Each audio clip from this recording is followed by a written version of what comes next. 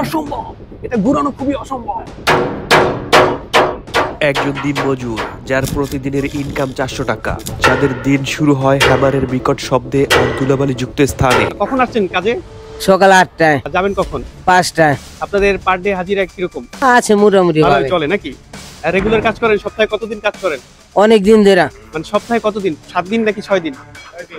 আজকে কতটুকু কাজ করছেন আজকে? কাজের পরিমাণ ভালো আলহামদুলিল্লাহ। হ্যাঁ, তো আজকে কয়টা ছুটি হবে আপনাদের? 5টায়। সেফটি মেইনটেইন করে কাজ করবেন। ঠিক আছে। কাজ যাতে প্রতিদিন করতে পারেন, এমন অবস্থা না হয় সেফটিহীনতার কারণে পড়ে গিয়ে সমস্যা না হয়, খেয়াল রাখবেন। থ্যাংক ইউ, ধন্যবাদ। এদের মধ্যে আছেন কারো বাবা, কারো ভাই, আবার কারোর ফ্যামিলির বড় সন্তান। তারা শুধুমাত্র তাদের পরিবারের মুখে হাসি ফোটাতে এরকম বিপজ্জনক কাজের সাথে জড়িত। এরাই হচ্ছেন একজন নির্মাণ শ্রমিক, জাহাজ নির্মাণে কাজ করেন, যাদের অক্লান্ত পরিশ্রমে বিলাসবহুল জাহাজগুলো সমুদ্রের মাঝে ভেসে থাকে। নিখুঁত কারুকার্য আর অত্যাধুনিক ডিজাইনে তৈরি করা এই জাহাজগুলো বাংলাদেশের যে সকল শ্রমিকের হাতে ডিজাইন করা হয় তাদের মজুরি খুবই নগণ্য। কাজ করে 1 মাস। 1 মাস। তো কাজ যা করেন তাতে বেতনে কি পোষায়? পোষায়। ভালো লাগে কাজ করতে? তো আজকে কি কাজ ছিল আপনার? রঙের কাজ। ওয়েল্ডার তো না, রঙের কাজ। বিশেষ করে জাহাজগুলো যখন রিপেয়ার করার জন্য নদী থেকে ডকইয়ার্ডে উঠানো হয় নতুন রং করাতে, পুরনো রং তুলে নতুন রং করানোটাই সবচেয়ে মুশকিল ব্যাপার। আর এই কাজগুলো করানো হয় সর্বনিম্ন মজুরিতে।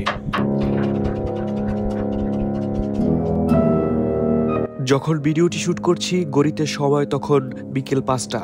এখানে কাজ করতে আসা প্রায় সকল ব্যক্তি সারাক্ষণ এই চিন্তাটাই করে বেলা কখন ফুরাবে আর কখন এই কাজ থেকে মুক্তি মিলবে।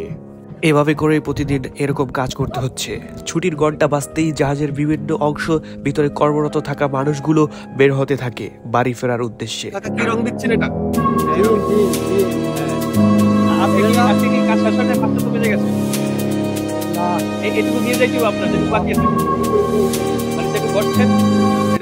একজন বৃদ্ধ লোককে দেখা যায় ছুটির পরেও রং লাগাতে। তাকে জিজ্ঞেস করার প্রতি উত্তরে তিনি বলেন, আমি যতটুকু জায়গায় জং পরিষ্কার করেছি ঠিক ততটুকু জায়গা আমাকে রং দিয়ে ঢেকে দিতে হবে, তা না হলে রাতের মধ্যে আবার মরিচা ধরে যাবে। এদিকে কেউ কেউ আবার হাতে থিনার লাগিয়ে হাতে পায়ে জমে থাকা রংগুলো তোলার চেষ্টা করে। যারা জাহাজগুলোতে রঙের কাজ করেন তারা সাধারণত বিকাল 5টা বাজতেই কাজ ছেড়ে দিয়ে বাসার উদ্দেশ্যে রওনা হন এবং বাকি থাকা কাজটু সম্পূর্ণ করে দিয়ে যান, যাতে করে রাতের বেলায় আবার মরিচা না পড়ে যায়। একজন ওয়েল্ডার একটা বিপজ্জনক সিঁড়ি দিয়ে উপরের দিকে যাচ্ছেন। আমরা তার পিছন পিছন যাওয়ার চেষ্টা করব। একটি জাহাজ তৈরি করে পানিতে ভাসাতে একজন দক্ষ ওয়েল্ডারের কতটা গুরুত্ব রয়েছে একবার ভাবুন তো। আপনি একটা জাহাজ তৈরি করলেন কিন্তু জয়েন্টগুলো ঠিকভাবে হলো না, সেই জাহাজ কি কখনোই পানিতে ভেসে থাকবে? উত্তর হবে না। একজন ওয়েল্ডার তার নিখুঁত কাজের অভিজ্ঞতায় জাহাজের প্রত্যেকটা জয়েন্ট ওয়েল্ডিং করে জাহাজটি পানিতে ভাসাতে সক্ষম হয়। আমরা একজন ওয়েল্ডারের সাথে কথা বলার চেষ্টা করেছি, তাদের কাজের প্রতিদিনের মজুরি জানার চেষ্টা করেছি, এমনকি তাদের কাজের মূল্যায়ন কেমন হয় বাংলাদেশে সেটাও আমরা জানার চেষ্টা করেছি। কিন্তু দুঃখের বিষয় তারা এটা বলতে নারাজ, কেননা তাদেরকে তেমন বেতন দেওয়া হয় না, তেমন মূল্যায়ন করা হয় না এই দেশে। ওয়েল্ডারদের কাছ থেকে হোল্ডারটা নিয়ে আমিও একটু ওয়েল্ডিং করার চেষ্টা করলাম।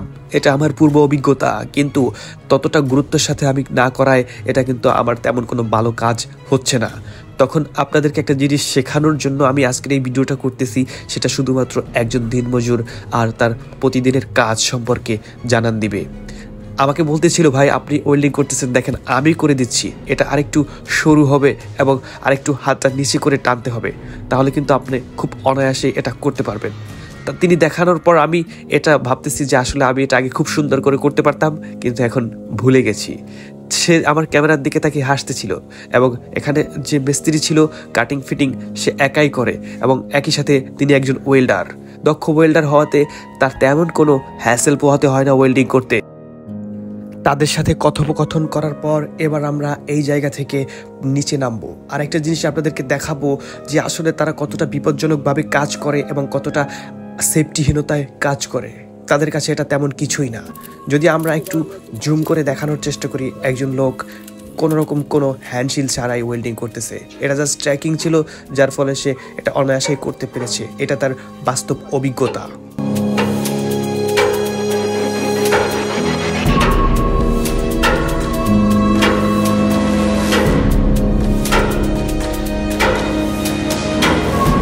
এবার আমরা জাহাজ থেকে নিচে নামবো। খুবই বিপজ্জনক একটা সিঁড়ি রয়েছে যার উপর দিয়ে কর্মীদের চলাচল। একটা চা বিড়ি খাওয়ার জন্যও এখান থেকে ওঠানামা করতে হয় এমন বিপজ্জনক সিঁড়ি থেকে।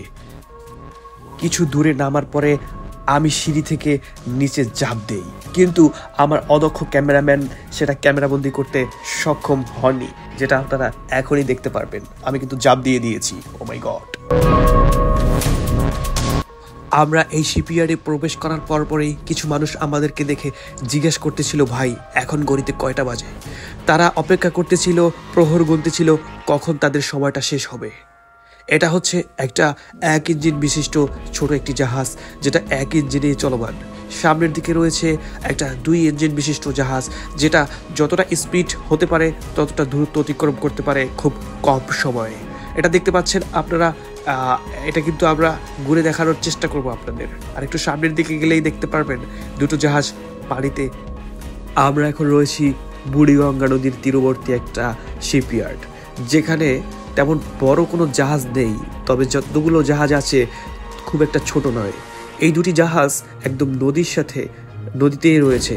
এটা এখনো তোলা হয়নি। পরবর্তীতে যখন জায়গাটা খালি হবে তখন এই দুইটার কাজ করানোর জন্য সম্ভবত উপরে তোলা হবে। আর যতক্ষণ না পর্যন্ত উপরে তোলা হবে ততক্ষণ এর ভাড়া গুনতে হবে খুব কম। এটি হচ্ছে একটা উচ্চ ক্ষমতা সম্পন্ন মোটর, যার মাধ্যমে নদীতে থাকা জাহাজগুলো ডাঙায় তোলা হয়।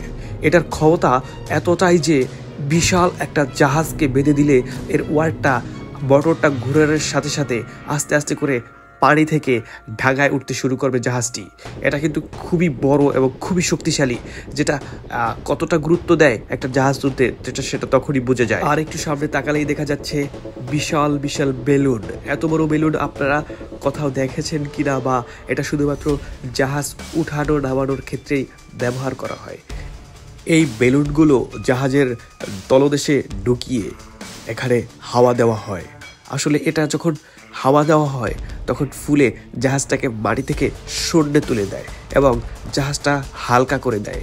এটা যদি একটু দেখেন, এত বড় বেলুন আপনি আগে কোথাও কখনো দেখেছেন কিনা আমি এটা ধরার চেষ্টা করতেছি। খুবই ভারী এবং খুবই শক্তিশালী একটা বেলুন, যার মধ্যে প্রচুর পরিমাণে হাওয়ার চাপে জাহাজটি মাটি থেকে শূন্য করা হয়।